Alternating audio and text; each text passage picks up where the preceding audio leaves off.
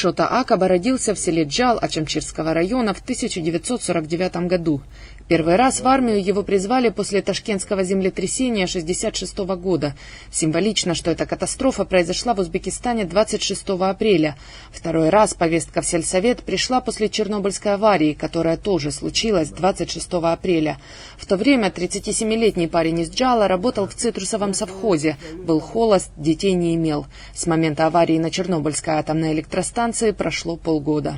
Сельсовет пришел с повесткой. Вечером где-то, наверное, часиков 5. Мы пока в Ачамчир дошли, где-то 8, начало 9.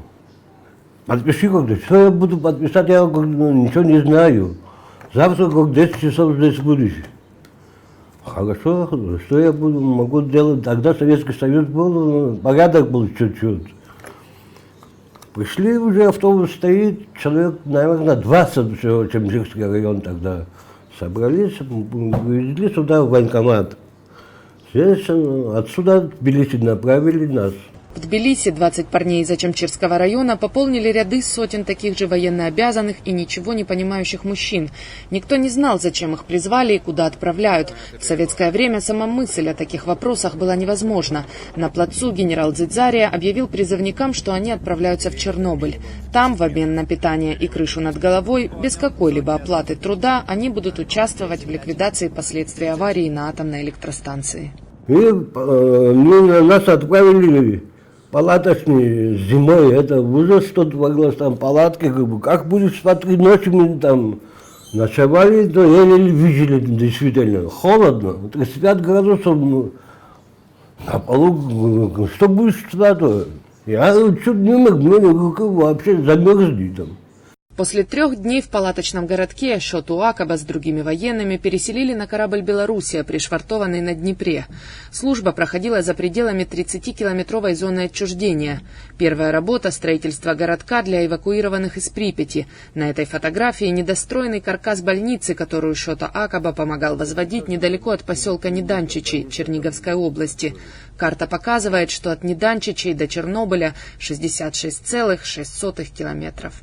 Там специалисты есть, помощники нужны им. Без помощников мы откуда знаем, там что-то надо принести, что-то надо, не подскажут тебе, что надо принести, надо дать, как пособники мы были почти. Конечно, они работают, мы подавали, что им надо было. Работали солдаты в обычной военной форме, никакой особой защиты им не полагалось. Шота Акаба вспоминает, что машины, которые привозили бетон и стройматериалы, регулярно снимали с маршрутов из-за превышения уровня радиации. Машины снимали, а людей нет. Радиацию мы там мерили, осматривали с ног до верху. Там говорили 2 миллиграмма звонит она. Если у тебя радиация есть, она звонит. Как не было повышения. Но кто тебе после там 6 месяцев надо было. В одном корабле размещалось 180 военнослужащих. Рядом с Белоруссией, на борту которой 6 месяцев жил Шота Акаба, было пришвартовано около 30 таких же кораблей. Каждое утро в 7:30 солдат забирали автобусы и везли на объекты.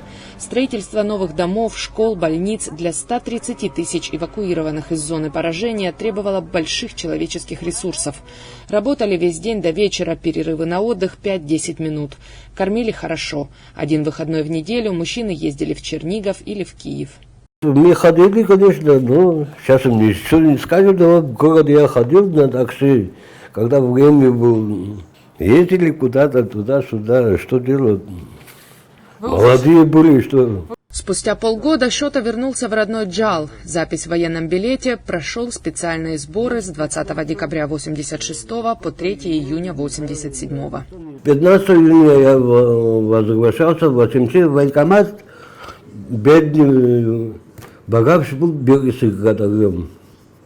Я пришел утром с документом, военным билетом, он, где был военком, он позвонил. Вот так пришли, что мы будем делать. Там без очереди комнаты, кто хотел, так было. Дали нам справки. Мы как сразу я ничего как не могу делать, но как, на 4-5 лет как что-то будет. Я подождал 10, 20 тоже ничего не получилось. Я купил в квартиру. Всю Отечественную войну народа Абхазии Шота Акаба прожил в блокадном Ткварчале. После войны переехал в Сухум, работал в турецкой пекарне. Последние 3 года не работает, здоровье не позволяет. Российская пенсия минимальная. Свой трудовой стаж Шота Бачгович доказать не смог, сгорел архив. Как ликвидатор получает доплату – 2000 рублей в месяц. Я просто хочу здесь, посмотрели наши люди, 50 человек всего живых здесь. 50 человек, государство не могут немножко помощь дать. А то я больше ничего не прошу. Я вообще не хотел, до этого я сам себе что-то делал, но сейчас не могу. Уже старый. Я не могу работать, а то работал не могу. Шота Акаба не знает, но на самом деле в живых в Абхазии осталось не 50, а 28 участников ликвидации аварии в Чернобыле. Наш герой бережно хранит награды, полученные от Украинского и Российского союзов ликвидаторов в честь 20-летнего юбилея со дня страшного взрыва. Кто-то из российских чиновников однажды обещал Шоте Бачговичу, что попытается добиться выплат и для абхазских ликвидаторов. 2000, которые платят из бюджета республики, это ничто по сравнению с пенсиями, которые получают россияне-ликвидаторы. С тех пор прошло несколько лет, вестей от чиновника все нет. Сейчас Шоте Акаба 70, у него есть дочь и 2 внуков. В свободное время и когда позволяет здоровье, он ухаживает за цветами в палисаднике у подъезда. Соседи, увидев в окно камеру нашей съемочной группы, кричат: «Правильно, побольше бы показывали таких людей, как дядь Шота». Надежда Боровикова, Рамо Камкия, Абаза ТВ.